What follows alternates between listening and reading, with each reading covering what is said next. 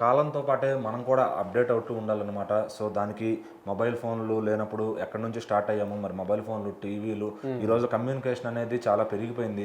ఈరోజు మనుషులకే పని లేకుండా ఏఐ అనేది ముదిరిపోయింది అనమాట. సో మరి ఏఐ ఎలా చేసుకోవాలి అనే వాళ్ళందరికీ కేంద్ర ప్రభుత్వం అయితే గుడ్ న్యూస్ చెప్పింది అనమాట. సో అసలు ఏంటి, వాళ్ళు ఏ విధంగా హెల్ప్ చేయబోతున్నారు? ఇప్పుడు మనము సోషల్ మీడియాలో కానీ, న్యూస్లో కానీ, మన ప్రజెంట్ డైలీ మనం ఫోన్ వాడుతూనే ఉంటాం. ఈ ఫోన్లో కానీ ఎక్కడ చూసినా ఏఐ అంటే ఆర్టిఫిషియల్ ఇంటెలిజెన్స్ అనేది చాలా పెరిగిపోయింది అనమాట.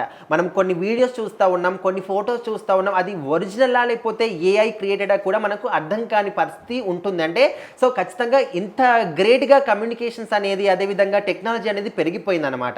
సో ఇలాంటి క్రమంలో ఇప్పుడు మనము రీసెంట్గా చూస్తూ ఉన్నాం, సాఫ్ట్వేర్ జాబ్స్ కూడా కొన్ని వేల కొద్ది కూడా కంపెనీస్ తీసేస్తూ ఉన్నాయి. మరి ఆ ఉద్యోగుల పరిస్థితి ఏంటి? ఒక కంపెనీని నమ్ముకొని కంపెనీలో జాయిన్ అయినప్పుడు 2-3 నెలలు కాగానే వాళ్ళని ఇంత ఘోరంగా దాదాపు 15,000 నుంచి 20,000 వరకు ఐటీ ఉద్యోగులందరినీ కూడా తీసి పారేస్తారని చెప్పేసి కూడా తెలుస్తుంది. సో ఎందుకంటే ఖచ్చితంగా ఏఐ వచ్చిన తర్వాత ఇలాంటి వాటి మీద ఎక్కువగా ఎఫెక్ట్ పడుతుంది.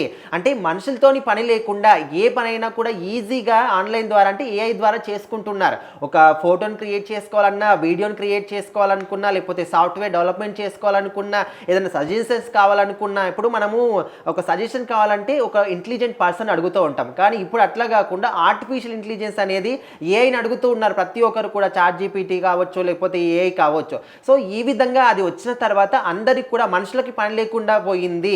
అందరూ కూడా దీనికే ప్రిఫరెన్స్ ఇస్తూ ఉన్నారు. అయితే ఇప్పుడు ఏంటంటే కేంద్రం నుంచి ఒక గుడ్ న్యూస్ అనమాట. ఇలాంటి కోర్సుల్లో ఎవరైతే ఇంట్రెస్టింగ్గా ఉన్నారో, ఏఐ రిలేటెడ్ ఏవైతే మనకు కోర్సులు ఉంటాయో చాలా రకాలుగా దాదాపు 100 రకాల కోర్సులు అనేవి ఇందులో ఉన్నాయి.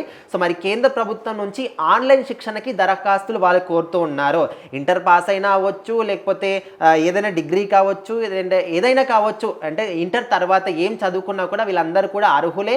ఖచ్చితంగా ఆన్లైన్ వెబ్సైట్ ద్వారా మీరు దీనికి అప్లై చేసుకోవచ్చు. మీ అర్హత ఉన్న వారిని సెలెక్ట్ చేస్తారు. సో ఈజీగా మీరు ఫ్రీగా కూడా ఈ శిక్షణ పొందొచ్చు అని చెప్పేసి కూడా కేంద్ర ప్రభుత్వం చెప్తుంది. సో ఈ రోజుల్లో చాలా మంది కూడా అంటే మనము వల్లు వంచి పని చేయడానికి ఎవరు కూడా ఇష్టపడట్లేదు.